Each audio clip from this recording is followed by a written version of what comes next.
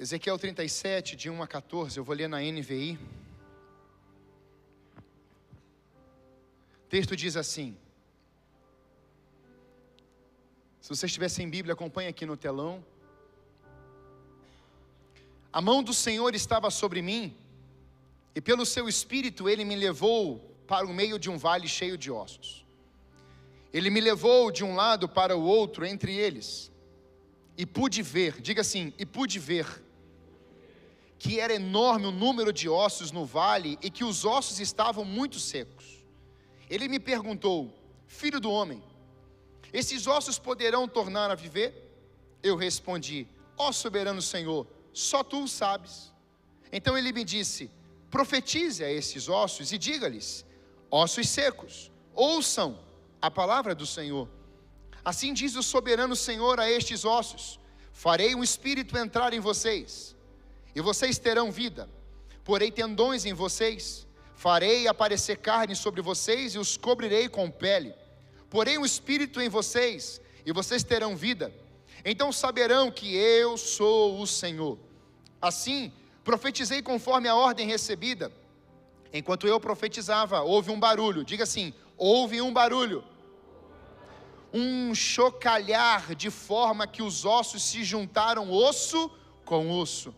Olhei, e os ossos foram cobertos de tendões e de carne, e depois de pele, mas não havia espírito neles. A seguir, ele me disse: profetize ao espírito, profetize, filho do homem, e diga-lhe que assim diz o Senhor soberano, ou soberano Senhor: venha desde os quatro ventos, ó espírito, e sopre dentro desses mortos, para que vivam. Profetizei conforme a ordem recebida, e o espírito entrou neles, eles receberam vida, e se puseram em pé. Era um exército enorme. Então ele me disse: filho do homem, estes ossos são todos os israelitas. Eles dizem: os nossos ossos se secaram, e a nossa esperança desvaneceu-se, fomos exterminados. Por isso profetize e diga-lhes que assim diz o soberano Senhor: ó meu povo, vou abrir os seus túmulos e fazê-los sair. Trarei vocês de volta à terra de Israel. Quando eu abrir os seus túmulos e os fizer sair, vocês, meu povo, saberão que eu sou o Senhor. Porei o meu espírito em vocês, e vocês viverão. Eu os estabelecerei na sua própria terra. Então vocês saberão que eu, o Senhor, falei e fiz, declara o Senhor. Pai, essa é a tua palavra. Nós desejamos ser transformados por ela. Ministra em nós agora, Pai, nesse tempo que o Senhor separou, e que essa palavra venha com poder e glória, transformando o nosso interior, em nome de Jesus. Amém. Irmãos, texto muito conhecido, muito pregado, e um dos objetivos, ao meu ver, que eu quero trazer nessa noite para a igreja, desse texto, vai falar de como Deus decidiu restaurar a vida do seu povo.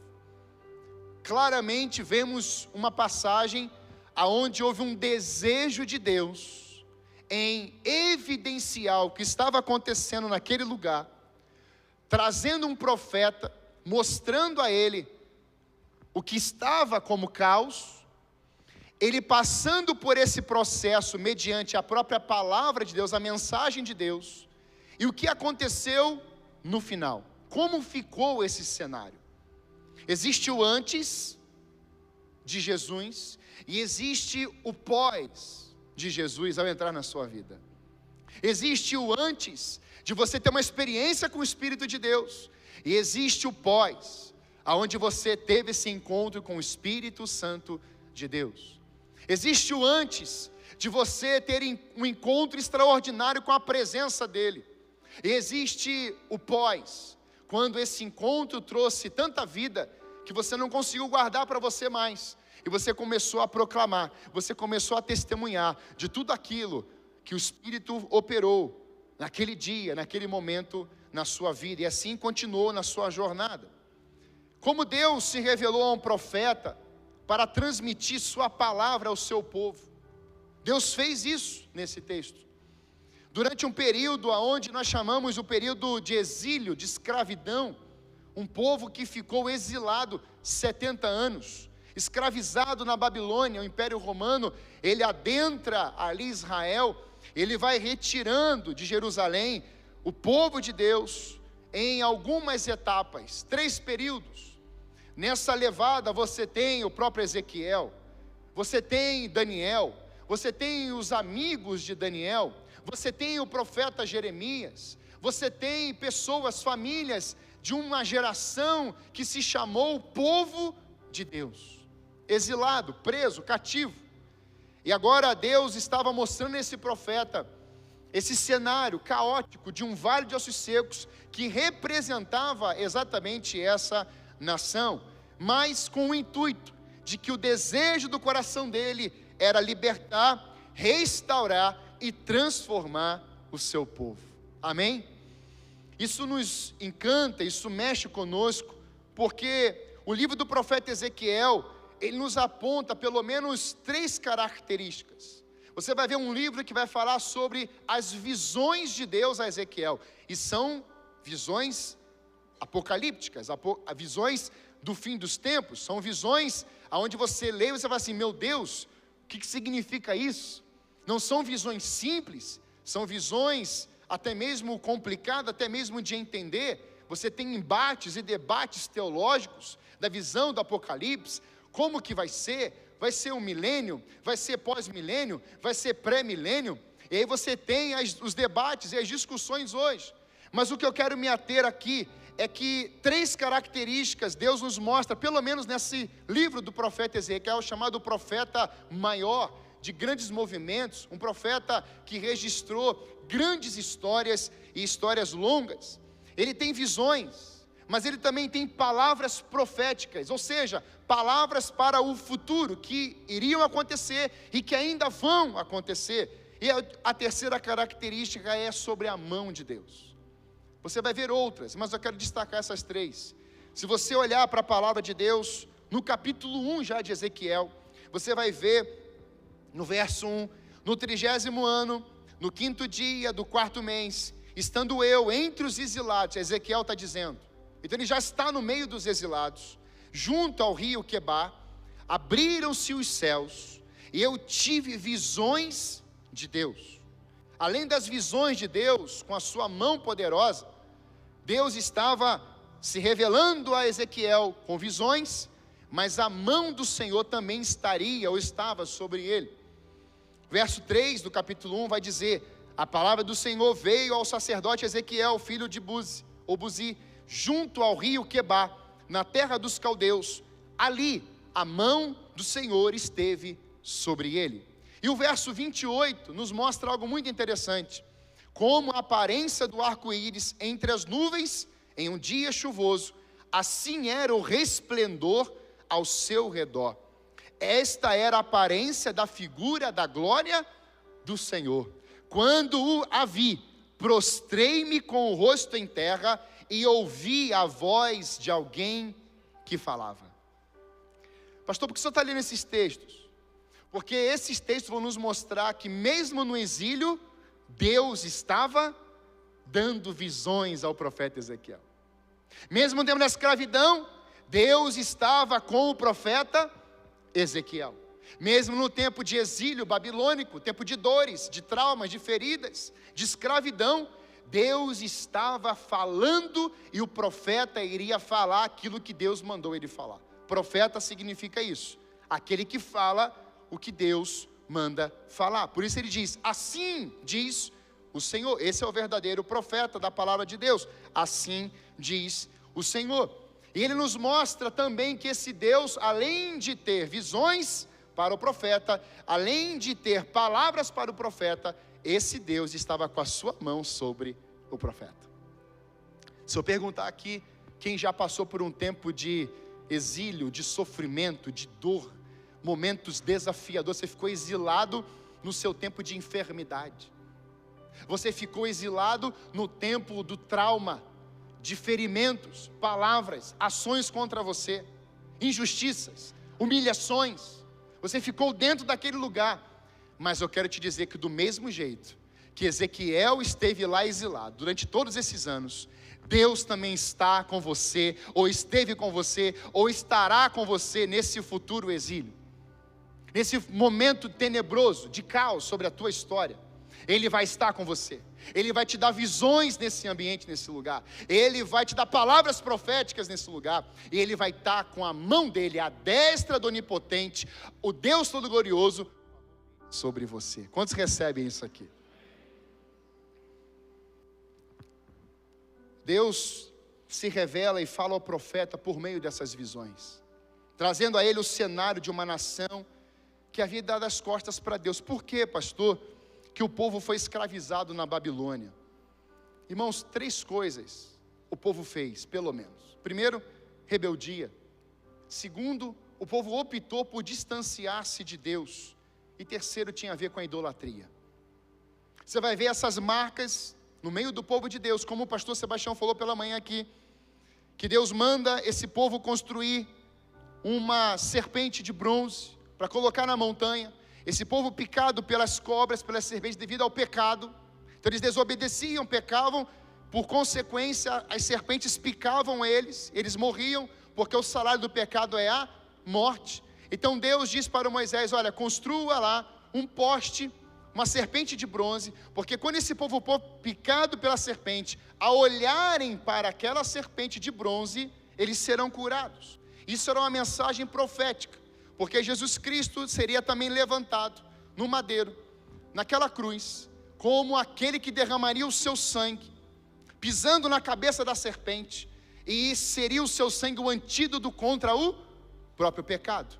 Mas quando esse povo constrói aquela estátua, ou aquela visão ali do poste de bronze, vão se passando os anos, e a partir de alguns anos, eles não estão só mais olhando para a serpente de bronze para serem curados, porque as serpentes pararam de picar o povo, mas agora eles estão olhando para aquela serpente de bronze e estão adorando a serpente de bronze. E eu já preguei aqui já uma vez que aquela serpente de bronze foi adorada praticamente 700 anos. E quem vai destruir aquela serpente de bronze foi o rei Ezequias. Quando nós olhamos para isso, percebemos que um povo que está vendo o que funciona, ele diz: agora eu quero me dobrar diante disso que está funcionando. Então ele se torna um idólatra. Ele coloca Deus para baixo e aquele objeto, ou aquela pessoa, ou aquela divindade acima de Deus. Idolatria é isso, é você colocar uma coisa ou alguém acima de Deus e adorá-lo.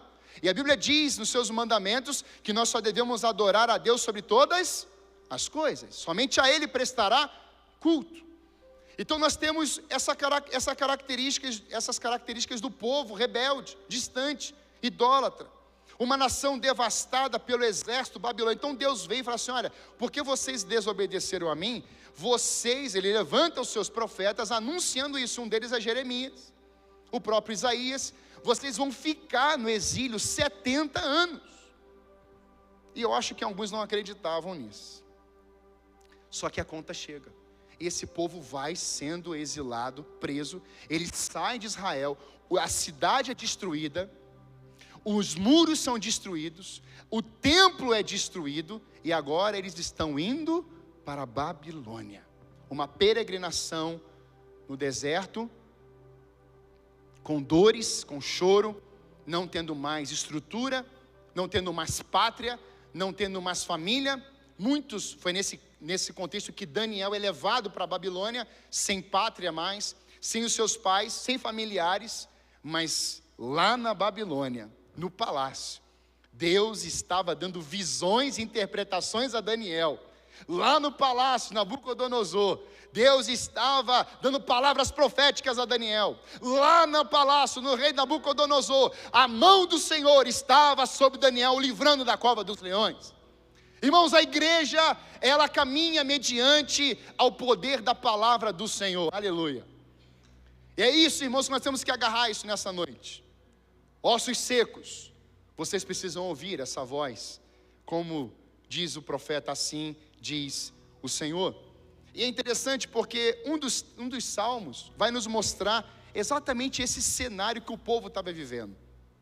O Salmo 137 é um salmo que vai mostrar o povo exatamente ali no rio, os rios da Babilônia, né, nas margens, sentados, chorando, com os instrumentos guardados, aposentados, e sendo caçoados pelos próprios babilônios, assim: cantem alguma coisa para nós, façam alguma coisa para nós.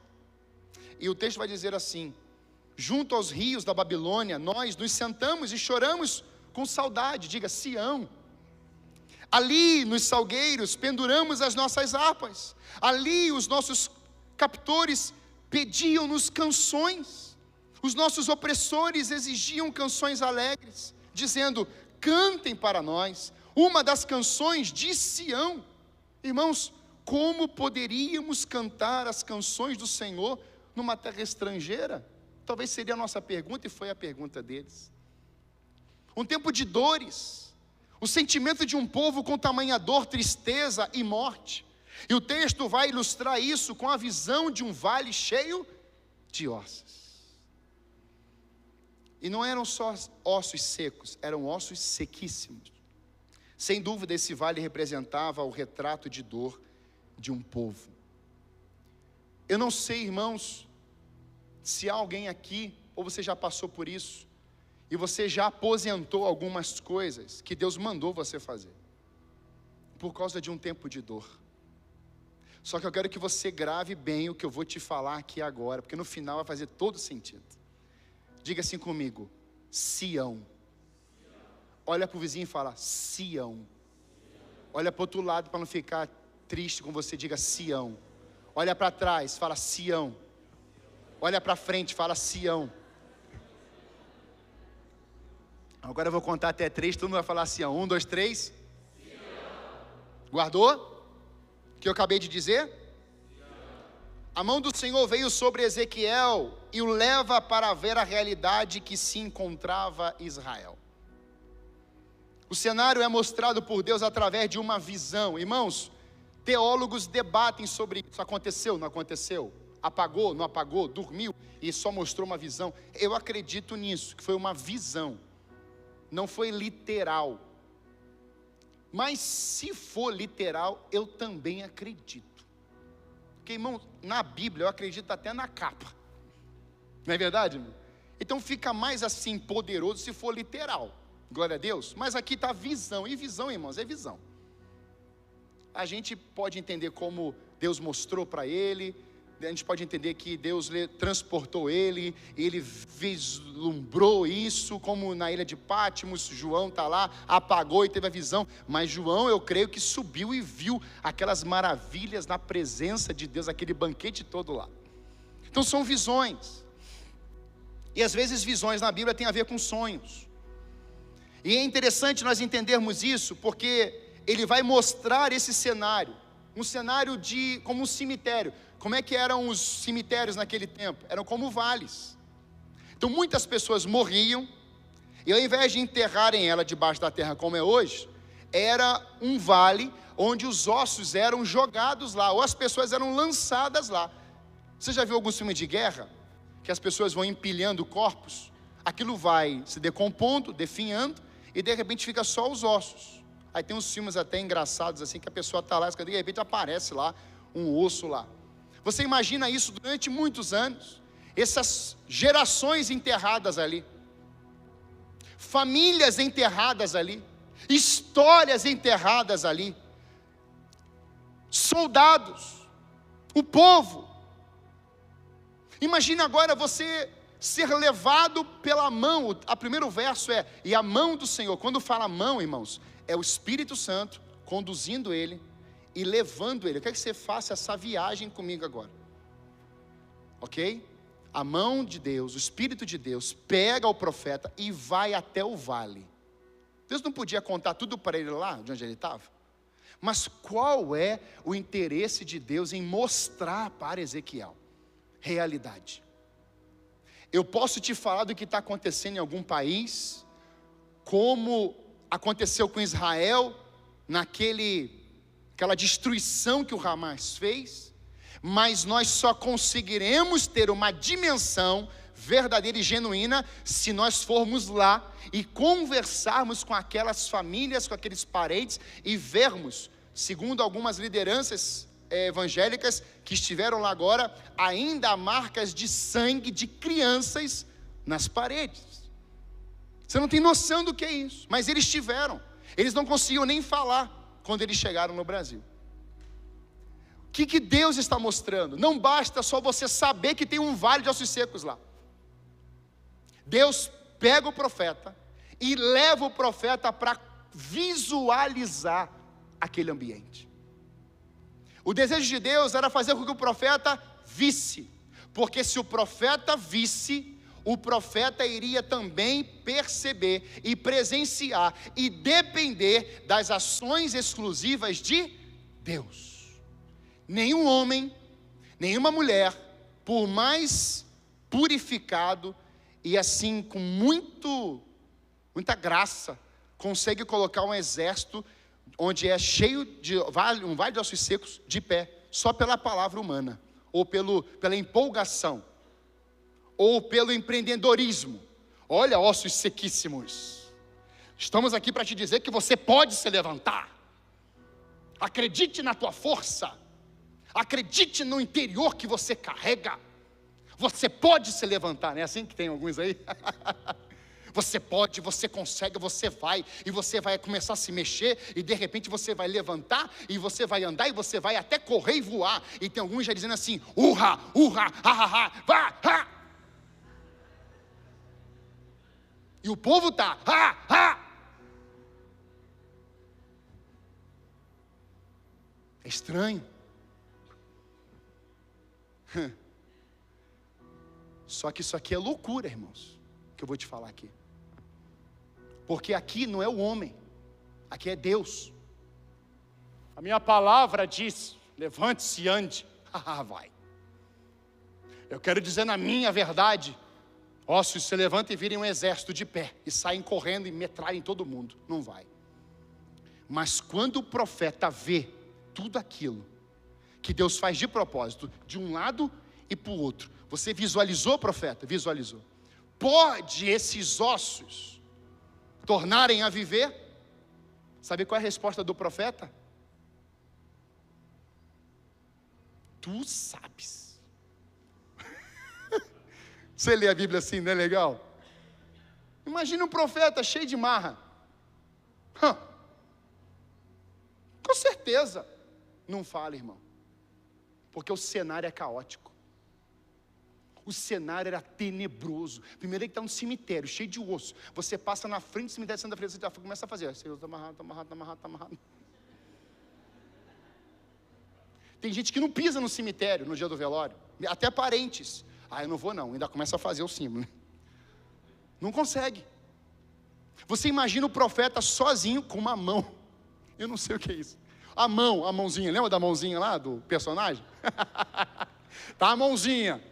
Aí ele já está achando aquela mão estranha, tá bom. Ele olha para um lado, e aí já chega? Não, vai para o outro lado. E ainda vem a pergunta assim, para quebrar tudo. Pode esses ossos tornarem a viver?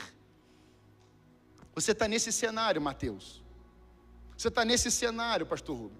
E você fala assim: eu tenho convicção. Você não fala isso. Você coloca na conta de Deus. Você diz: Senhor, se o Senhor falar, vai virar qualquer coisa.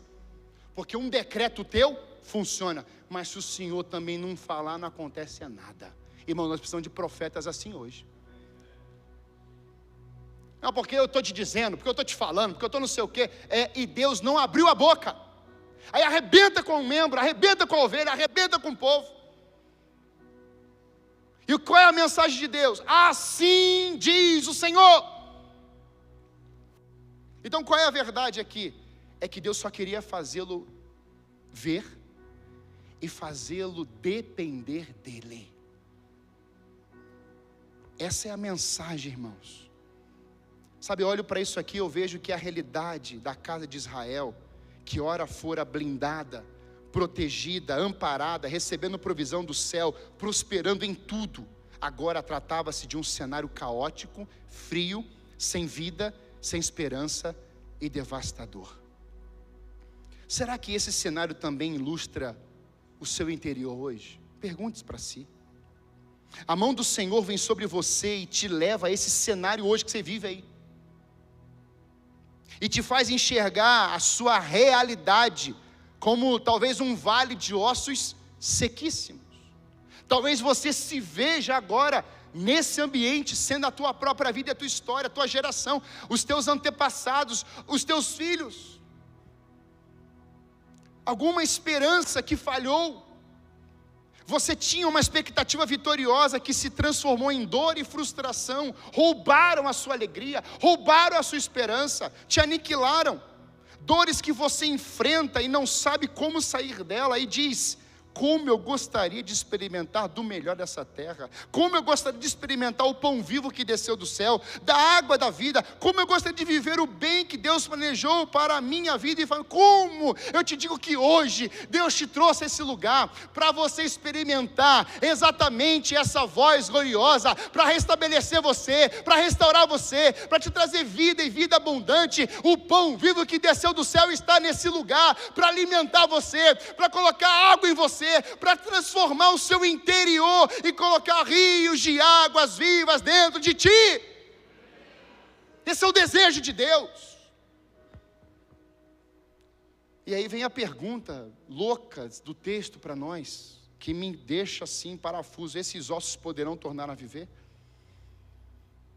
E ele vai falar: profetiza esses ossos e diga-lhes: ossos secos, ouçam a palavra do Senhor. Assim diz o soberano Senhor: estes ossos, farei um espírito entrar em vocês, e vocês terão vida. A ordem de Deus, irmãos, ao profeta, foi profetizar os ossos secos, porque a instrução foi essa. E talvez a pergunta do profeta, naquele momento, pode ter sido: mas como é que eu vou profetizar um vale cheio de ossos? Como é que eu consigo declarar uma palavra para um ambiente que não tem mais vida, não tem suspiro, não tem fôlego, não tem esperança nesse lugar? Como é que eu vou profetizar esse vale? Mas Deus estava lhe dizendo: não tem a ver com você, tem a ver comigo. Sabe, você tem cenários hoje, em casa, família, em qualquer lugar, mundo, Brasil, que Deus fala assim: pode esses ossos voltarem a viver? Pode haver vida ali? Pode ter restauração? Pode colocar ordem nisso aqui? Aí você olha para a circunstância e diz assim: só o Senhor mesmo. Ou talvez você diga: como? Não tem como. Olha o que eu fiz. Olha o que meu casamento, como é que meu casamento está. Olha como é que meu filho está. Irmãos, eu conto isso para vocês, porque eu não quero que a minha igreja, o povo que Deus colocou assim, entenda isso quando eu falo minha igreja, o povo que Deus confiou a nós aqui, como responsabilidade de pastoreamento, não erre. Irmãos, houve um momento nessa viagem que o pastor Jetro me chamou para fazer um momento lá. O Johnny está aqui de testemunho. Irmãos, eu não sabia o que fazer com aquele microfone, e o Espírito Santo começou a me dar uma direção muito clara. Meu filho, é tempo dos pais se voltarem para os filhos, dos filhos para os pais. Eu peguei aquilo ali, irmãos, e fui. E de repente, eu falei assim: por que nós estamos esperando o Espírito encher a gente no final desse evento?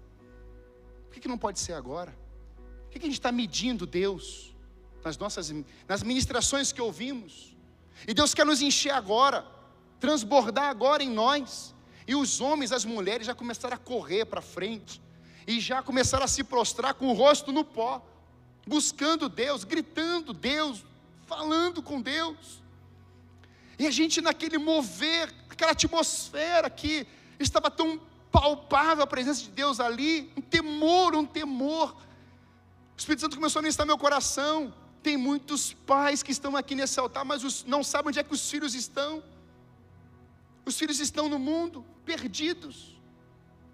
Irmãos, quando acabou aquele momento, eu falei assim: olha, todos os pais que não sabem onde é que os seus filhos estão, os pais, pastores e líderes que estão aqui, que os seus filhos se perderam, saíram, abandonaram a obra do Senhor, estão perdidos, venham para cá. Irmãos, veio uma multidão de pais que eu fiquei com medo. E vinha mãe, eu contei umas 10 mulheres, mães, gemendo na minha frente. E elas não choravam, elas gemiam. Sabe o que é uma mãe gemer? E elas falavam. E aquele momento começou a vir em mim um espírito de intercessão tão forte. Aí eu entendi, Emerson, o espírito do intercessor mais profundamente. Porque na hora nós podemos dizer: olha só, né? Vamos só fazer uma oração. Não, irmãos.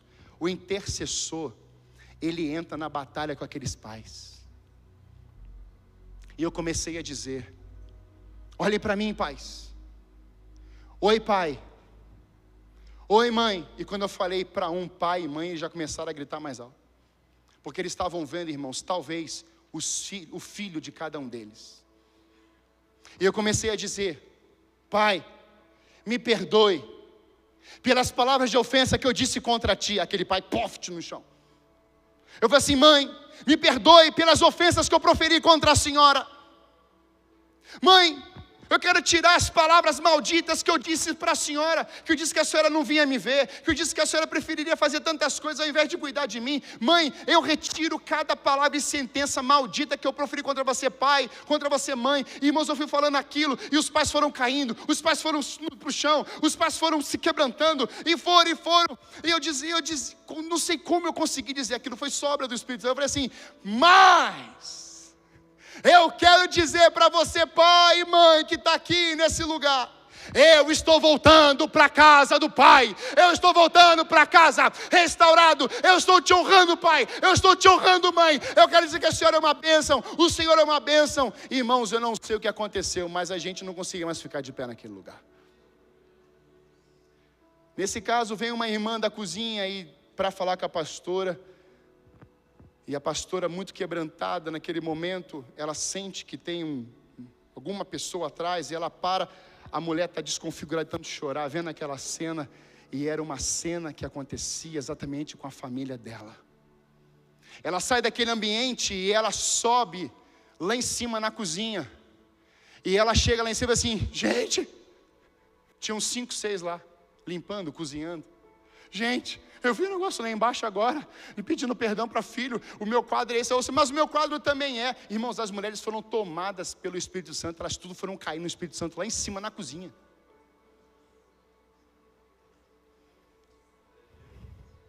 Deixa eu falar uma coisa. Não é fácil fazer aquilo. Eu fiquei moído depois. Mas eu me coloquei no lugar, intercessor é se colocar no lugar. Porque eu tenho 2 filhas. E quando eu sentei, eu falei assim: Senhor, manda os teus anjos agora lá na Débora. Manda os teus anjos lá na Eduardo e na Laura. Eu repreendo todo espírito de facção contra a minha casa e contra a minha família. Eu profetizo que as minhas filhas vão além. Elas vão crescer. Elas vão muito mais além do que o meu pai, do que eu e do que a Débora estamos vivendo. Elas vão além, Senhor, blindadas, protegidas. Elas verão os vales de ossos secos e elas profetizarão, porque está escrito em Joel: os vossos filhos e vossas filhas profetizarão. Nessa noite eu quero te falar: os vossos filhos e as vossas filhas vão profetizar sobre o vale de ossos secos. Vai acontecer.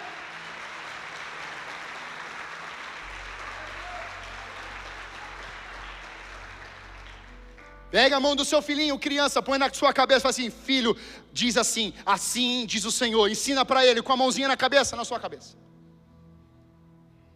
Ele vai aprender. E ele diz: assim diz o soberano Senhor a estes ossos: por mais abatido, destruído, morto, falido, desesperançoso, prensado, fraco, Deus pode, por meio da sua palavra, agir hoje, através da sua mensagem, das suas mãos poderosas, tocar em você hoje. E o que está em osso, como osso seco, sequíssimo, vai começar a se levantar. Isso, irmãos, era a convocação, cuja voz ninguém poderia ficar do mesmo jeito após ouvi-la. Sabe o que a voz estava dizendo? Profetize.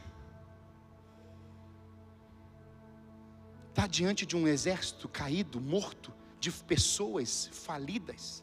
Há uma convocação. Profetize. Tratava-se de um decreto de Deus a ouvirem a sua voz. Não era o profeta, era a voz do profeta, mas a profecia, a palavra profética era de Deus.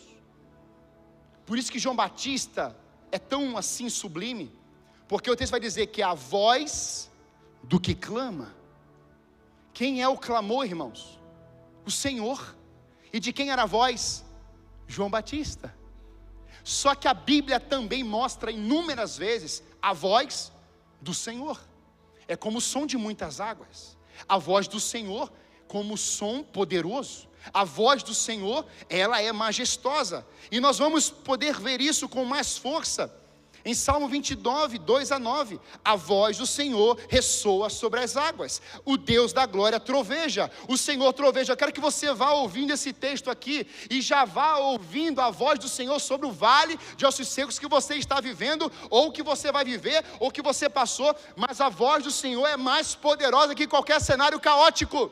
A voz do Senhor ressoa sobre as águas, o Deus da glória troveja, o Senhor troveja sobre as muitas águas. A voz do Senhor é poderosa, a voz do Senhor é majestosa, a voz do Senhor quebra os cedros, o Senhor despedaça os cedros do Líbano, Ele faz o Líbano saltar como bezerro, o Sirion como novilho selvagem. A voz do Senhor corta os céus com raios flamejantes, a voz do Senhor faz tremer o deserto, o Senhor faz tremer o deserto de Cádiz, a voz do Senhor retorce os carvalhos e despe as florestas, e no seu tempo todos clamam glória.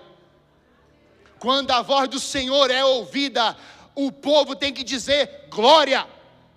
Por mais que no tempo da adversidade do vale de ossos secos sequíssimos, quando a voz começa a ressoar naquele lugar, de repente o exército está de pé e dizendo glória, glória, glória, glória ao Senhor dos exércitos, Deus Todo-Poderoso, glória ao Senhor dos exércitos.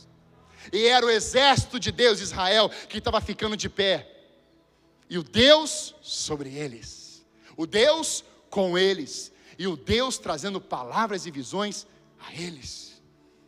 Eu amo experimentações, experiências da glória de Deus, mas é por meio da voz do Senhor. O profeta começa a profetizar, e sabe, irmãos, meditando nesse texto, eu lembro de dois personagens que experimentaram essa glória, de ouvir a voz. Um foi Zaqueu. Zaqueu sobe numa árvore para ver Jesus. Ele não subiu na árvore para ver a glória, ou ver um vale de ossos secos. Não, ele subiu na árvore para ver Jesus. Aí Jesus chega perto da árvore e diz: Zaqueu, desce. O que ele faz?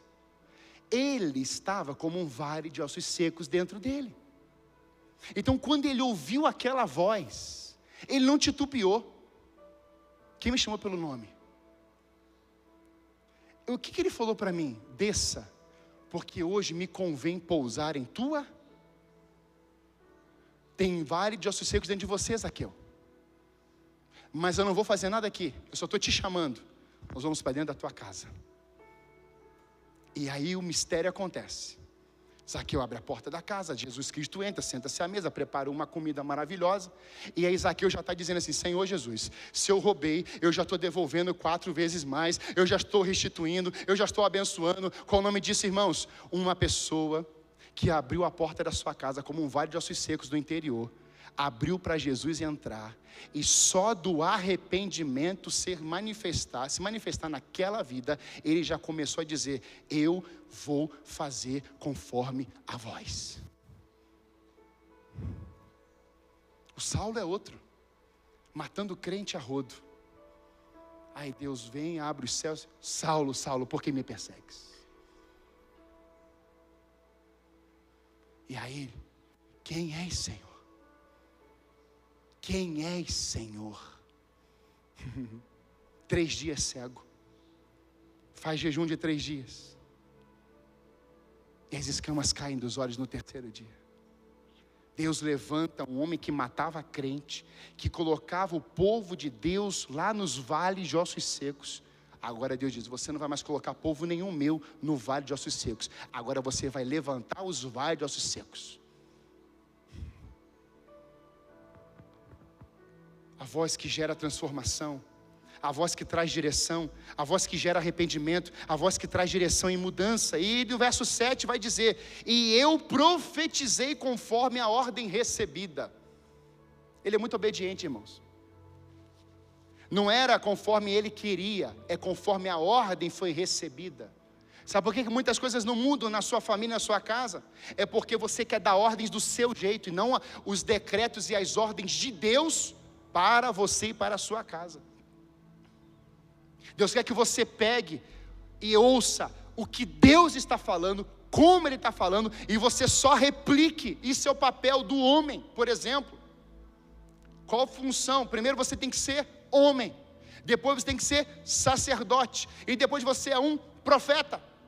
Homem, hombridade, masculinidade,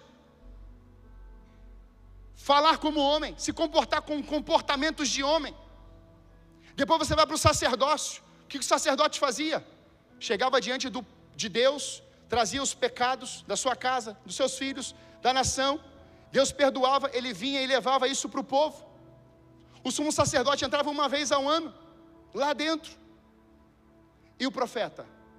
O profeta pega a boca de Deus, fala: Senhor, que o teu servo ouve. É isso? Assim diz o Senhor: filhos, vocês vão profetizar. Filhas, vocês vão andar. Mulher, você vai ser uma mulher extraordinária. Você vai pregar, você vai anunciar as boas novas. Minha família, vocês são benditos do Senhor. Você pega o que está na boca de Deus. Deus falando, essa voz é poderosa. Então se Ele falou, eu quero ser o replicador dessa voz. Então você começa a manifestar na vida dos seus filhos, família, vizinhança, da sua comunidade, do seu bairro, da sua nação, do seu povo.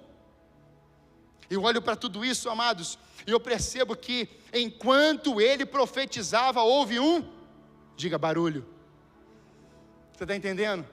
Deus falou: eu pego, é assim, Senhor. Sim, Senhor. Então, vale de ossos secos, ouçam.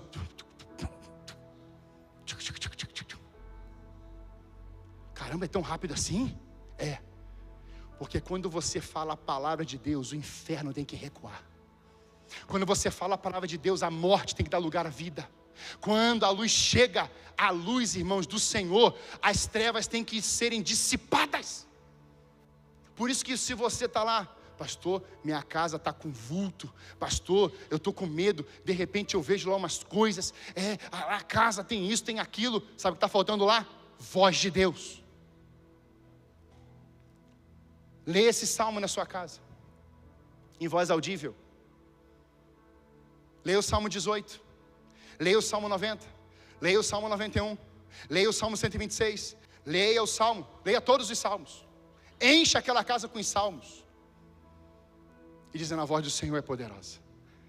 A palavra de Deus transforma. E você vai começar a ver uns movimentos, às vezes meio estranho, que vai ter que sair osso de um lado e lá para o outro lado. Porque quando a voz de Deus se manifestou ali por meio do profeta, ele como sendo instrumento de Deus, o barulho foi a primeira coisa que aconteceu. Então vai ter barulho. Minha casa lá não pode ter barulho. Mas como é que Deus vai botar em ordem as coisas? Não, tem que colocar tudo assim silenciosamente. Eu tenho horror a isso. Vamos encerrar o culto com oração silenciosa. O demônio aprontando na igreja, nego endemoniado. O que está fazendo? Orando por dentro. Nem com os olhos abertos? Não imagino, não posso nem ver isso. Irmãos, aonde a igreja chega, tem que ter barulho.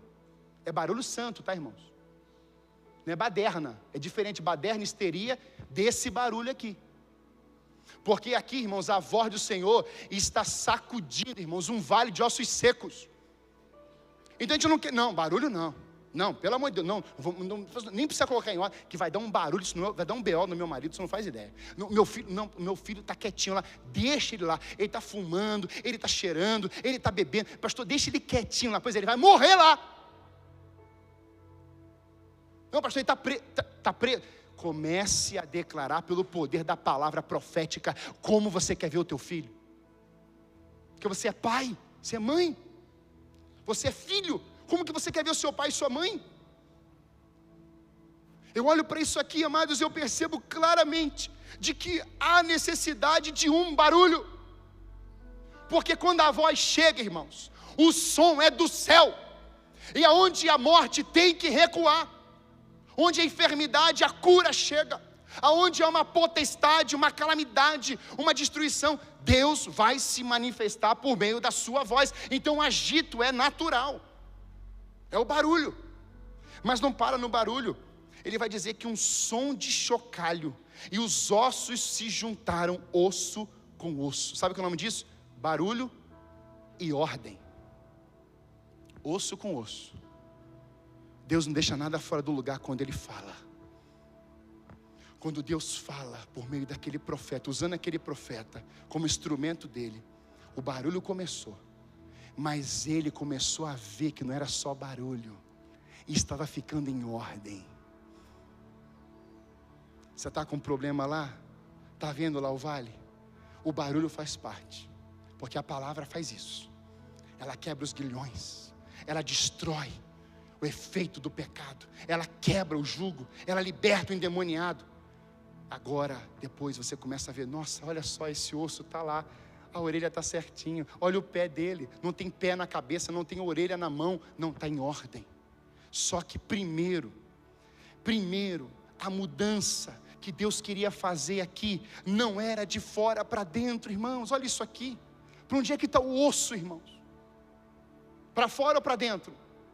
Para dentro. Para onde é que estão os ligamentos? Para fora ou para dentro? Onde é que estão os músculos? Para fora ou para dentro? Para dentro. Não tem como, irmãos, Deus começar uma obra de fora para dentro. É de dentro para fora. Então tem que ter um barulho aqui dentro. Tem que ter um chacoalhão aqui dentro. Tem que ter uma mudança aqui dentro. Como você prepara a vasilha, o vaso na mão do oleiro. Quando aquela roda está girando, o oleiro vem, coloca a mão lá dentro e começa a tirar as impurezas de dentro para fora. Se ficar uma impureza ali, gruda e não sai mais. Não tem valor. Não vende. Mas o oleiro está lá dentro, né? Arranca as impurezas, e ele está moldando de dentro para fora. Ele está moldando, de repente não tem mais impureza nenhuma, e aquele vaso já está moldado. Quando o barulho chega, as impurezas têm que ir embora. Quando a voz chega, ele começa a juntar osso a osso. Só que isso é de dentro para fora. Eu olho para tudo isso e eu percebo que o desejo de Deus, o poder da palavra de Deus, faz com que tudo fique no seu devido lugar. O processo de restauração, como eu falei, começa de dentro para fora. O lugar que você está, Deus começará por meio da sua palavra a mexer lá dentro, até soprar o Espírito sobre você. Qual lugar que você está experimentando esse vale? É lá que Deus vai te usar, é lá que Deus vai se manifestar, é lá que Deus vai intervir. Não tem lugar difícil para Deus. Há lugares que Deus não é convidado a se manifestar. Está lá Paulo e Silas na prisão adorando, Deus se manifesta. O que é mais difícil que uma prisão, ainda mais injustamente? Meia-noite. E Deus vem e se derrama sobre aquele lugar, liberta aqueles homens. A gente começa a perceber, irmãos, que o desejo de Deus, ele é intervir lá naquelas realidades que você talvez já tenha julgado, não tem mais como mudar, mas Deus fala, Deus coloca lá a ordem, Deus faz se juntar diante de tudo isso, de dentro para fora. Mas o texto continua dizendo que, no verso 14, porei em vocês o meu espírito. Então o que ele faz? Ele profetiza, o barulho acontece, ele vai tendo osso a osso, juntas, medulas, ligamentos, o músculo e depois a pele. E depois esse exército está de pé. Aí Deus faz assim, agora eu vou soprar o espírito. É o espírito do homem, ou no homem, no exército. Mas diga assim, tem mais. Porque agora o corpo está de pé, né, Felipe? O espírito veio.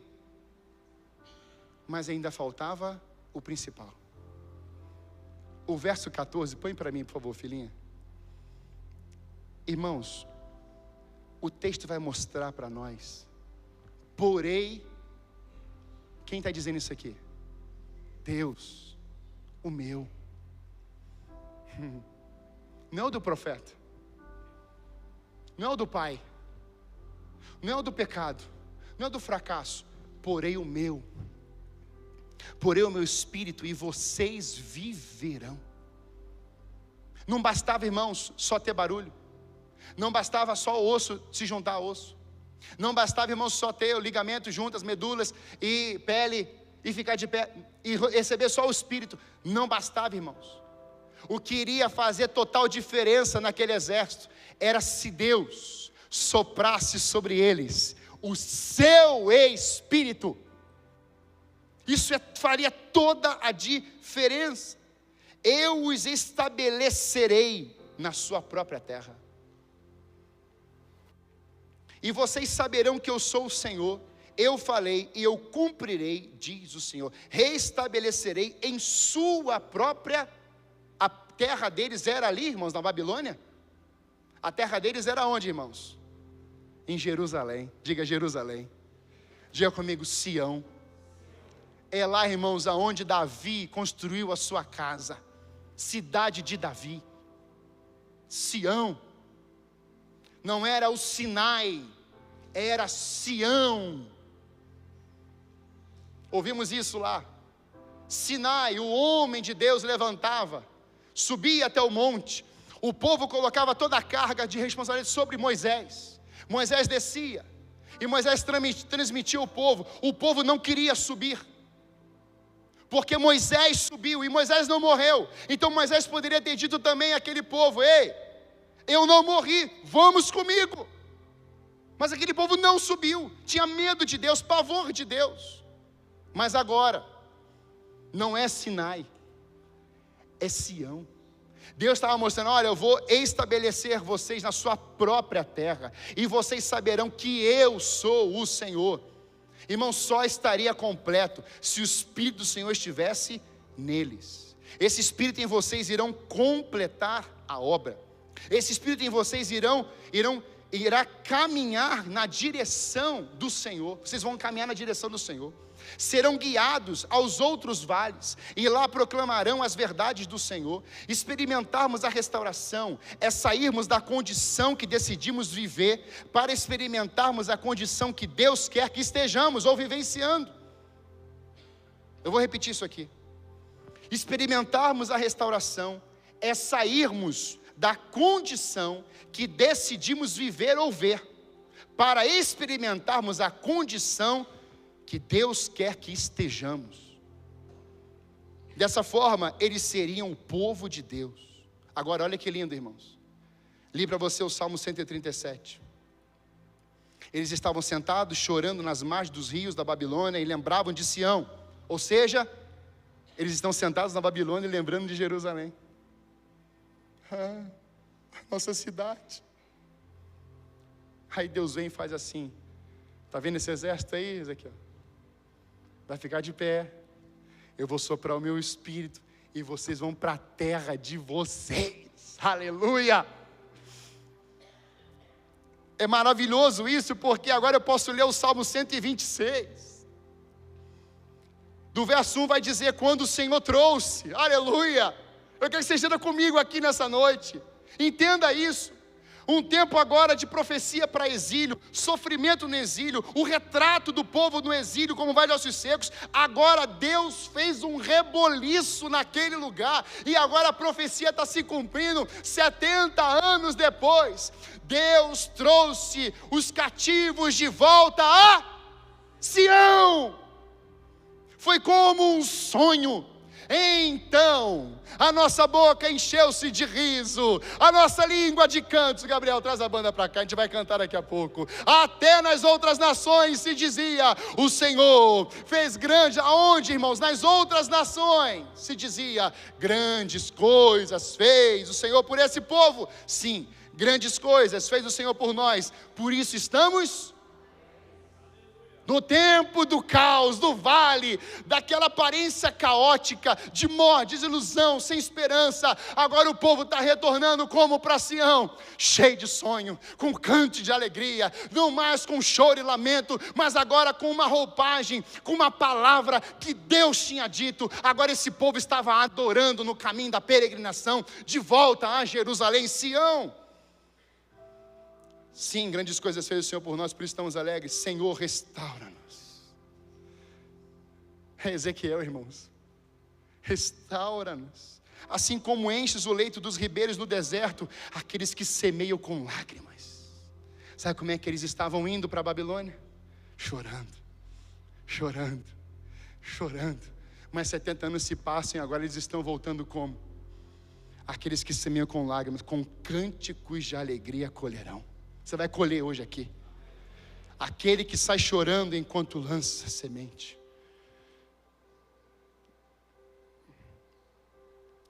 O que eles ouviram lá em Ezequiel 37? Um som, um barulho. Eles estão no Babilônia e agora estão retornando para... Qual o nome? Sião. Deus não quer a igreja subir no Sinai. Deus quer a igreja subindo Sião. Vamos para Atos capítulo 2? Coloca para mim, por favor, Atos capítulo 2.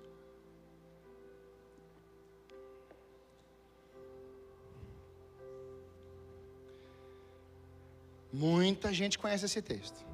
Atos 2. Quando chegou o dia de Pentecostes, estavam todos reunidos em um só? Metade estava ali? Estava só um profeta? Quantos estavam ali? Todos. Estamos todos reunidos aqui em um só nome, amém? No mesmo lugar, glória a Deus. Irmãos, vai lendo isso, é espiritual. Você tem que discernir isso no espírito. Nós estamos no mesmo ambiente, unidos no mesmo propósito, um só batismo, um só Senhor, falando a palavra do Senhor. Então Deus pode a qualquer momento derramar o seu mais uma vez sobre nós. Quem quer mais derramamento do Espírito aí? Quem quer mais do Espírito aí? Quem quer experimentar mais do Espírito aí? Estavam todos, de repente. Você pode ler comigo só essa frase? Diga lá. De repente, veio do céu um. Diga assim, de novo. Som. Diga um som. Como de um vento impetuoso. Não era o vento, irmãos. Era o som. O que o vale ouviu? O que começou a acontecer? Um barulho. Só que tem uma diferença. Ezequiel 37, o Espírito entrou neles, mas o Espírito saiu. E aqui, o Espírito entrou para nunca mais sair. Não era derramo e sai. Estou agindo, não vou agir mais. Não, irmãos, agora era o selo. Então Deus está mostrando para nós hoje que não tem mais a ver com um monte ou com outro. Tem a ver agora com a igreja. Tem agora a ver com o povo de Deus. É o povo em Sião, é o povo mergulhado na direção de Deus. E agora eu quero que você vá comigo também para Apocalipse 21, de 1 a 8. Eu quero que você fique de pé no seu lugar, por favor. Apocalipse 21.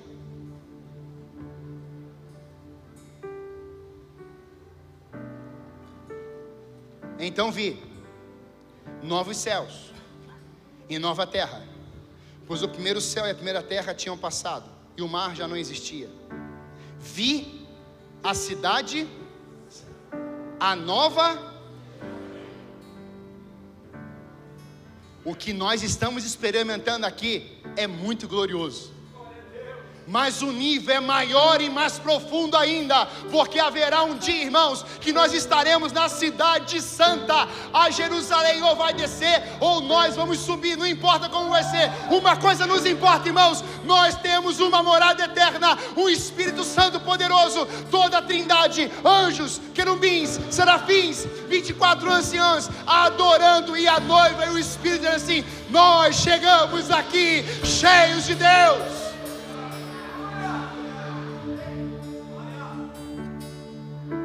Deus está fazendo algo, porque a igreja madura, ela não pensa só no hoje.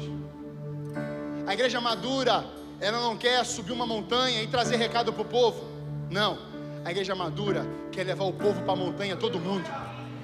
E o povo não quer só ir que você vá para um Sinai da vida.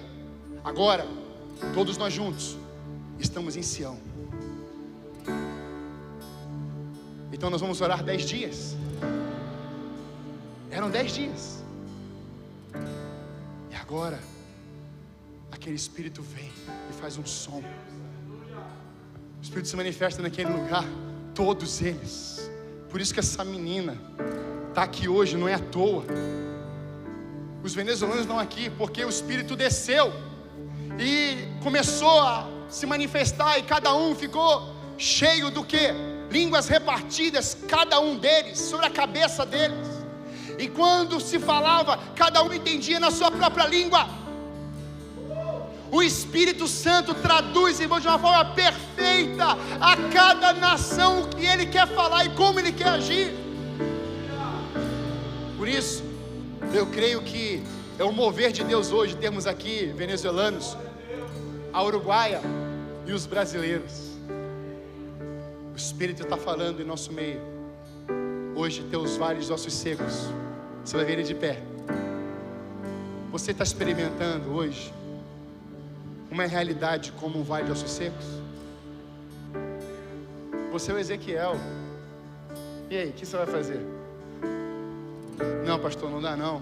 Olha Ezequiel. Se você está lidando hoje com uma realidade como um vale de ossos secos, seja no seu interior ou ao redor de você, deixa o seu lugar e vem para cá ficar de pé aqui pertinho comigo. Vem cá. Em nome de Jesus, não tenha medo, não tenha vergonha. Pode vir, isso, venha. Em nome de Jesus, pode vir.